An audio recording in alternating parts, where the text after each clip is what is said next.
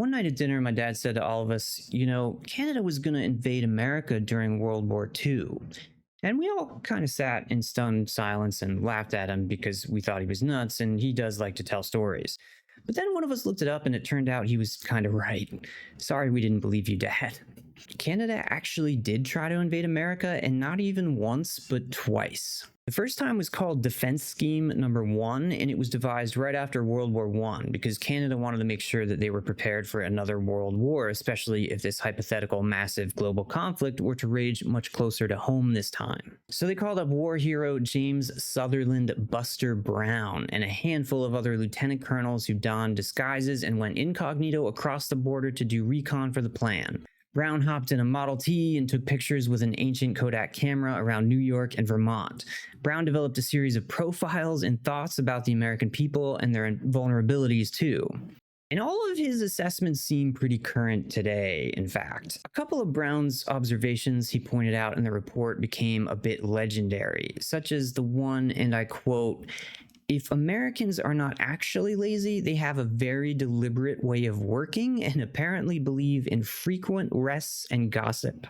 He said specifically that citizens of Vermont were affable and would only become a threat if aroused. And then there's this zinger. "The women of the rural districts appear to be a heavy and not very comely lot." War hero Buster Brown, an original Your Mama jokester. "Look, your mama's so fat that Canada's gonna, invade you, bro." Now, the whole thing took on a farcical tone to the outside observer as if it were a movie directed by Wes Anderson. Historian Pierre Burton, who wrote the book Marching as to War, said it had, quote, "a zany flavor about it, reminiscent of the silent comedies of the day." It was to be a five-pronged attack, and it focused specifically on speed and agility. Fast and mobile columns of soldiers would march south in 5 separate areas along the border, starting with the Pacific Command in Western Canada and running all the way east. They'd take Seattle, Spokane, and Portland in the west. Then something hilariously named Prairie Command would send troops to Fargo and Great Falls and work toward Minneapolis. Minneapolis? Quebecois soldiers would set their sights on Albany, and Maine would get laid upon by the maritime provinces. Upon succeeding in taking territory, the Canadians would hold their ground and wait to be fortified by British reinforcements. But the whole joke's on Canada, though, because at the same time, America was cooking up something called War Plan Red, which was our version of the same plan, but just kind of in the other direction. And that was devised in 1930 with the help of none other than Charles Lindbergh, who flew secret reconnaissance missions to survey possible invasion routes. Lindbergh was a major hero of the time, but he was also kind of an asshole. He pushed for the US to use chemical weapons in the plan against Canada. Of course he did, because pretty soon after, he literally became a Nazi. War Plan Red was classified all the way up until the 1970s, but the world got wind of it in a leak in the 1930s when, ironically, the plan was discovered by a Canadian journalist. And War Plan Red was almost eerily just like a reverse Uno card of Defense Scheme Number 1. And that could have been the end of things, but Canada wasn't done yet, so they doubled their daddy daycare reverse one more time and came up with the super creatively named Defense Scheme Number 2.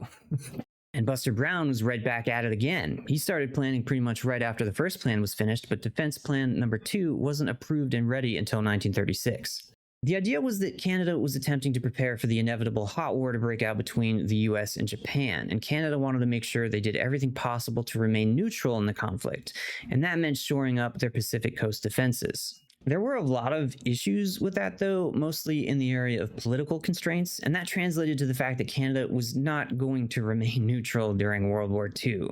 They were right next to us, for one thing, and at that point they actually also kind of liked us, for two.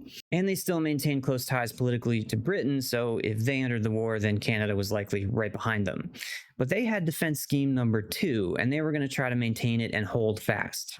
Except that America wasn't done either. In 1935, 5 years after War Plan Red was cooked up, Congress approved the allocation of $57 million to be spent on an updated version of the operation. Right after that, the largest war games in U.S. military history took place at Fort Drum in preparation of possibly enacting War Plan Red. 36,000 American soldiers played fun games in the mud just about 30 miles from the border with Canada.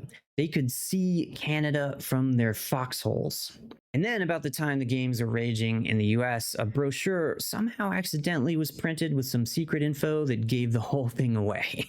I guess maybe Pete Hegseth was running the Department of Defense back then too, because he leaked the fact that those super innocuous civilian airports we just happened to be building right on the border were actually military, and we were going to use them to take down Beavertown. Fortunately for everyone on both sides of the border, either here in the States or north beyond the wall, none of these plans ultimately went anywhere. But there were moments when they might have, and nowadays it feels a little like we may have to think about this stuff all over again. Trump hasn't talked much about taking over Canada lately, but who knows when he's gonna deep dive into his greatest hits again and pull out that gem. And, maybe we truly would be better together. It would certainly change the face of Western politics, and I kind of don't see how the GOP wins out in that equation, so it's actually really weird that anyone over there wants to do this. But maybe a peaceful incorporation of the US and Canada is just what the world needs. A supergroup where two bands, once who were separate, with jealousies and neuroses about each other getting tossed around with plans to supplant one another, and then they just kind of come together and make each other better. My favorite supergroup was Audioslave. I always thought they were critically underrated, and maybe soon my new favorite will be Canamerica and Maranada. We'll workshop it. I'll see you in the next one. Until then, be good to your neighbors. Don't threaten them with secret war plans. It's just bad form. Let's do some fucking good instead.